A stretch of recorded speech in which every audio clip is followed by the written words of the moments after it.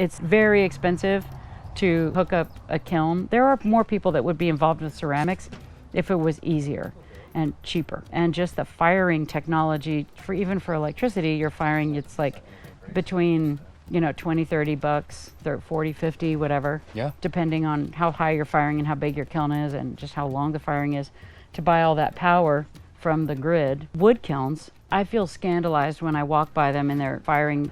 Like, I usually don't do wood firing, but I love low fire wood. I love the idea of it, but it's so smoky.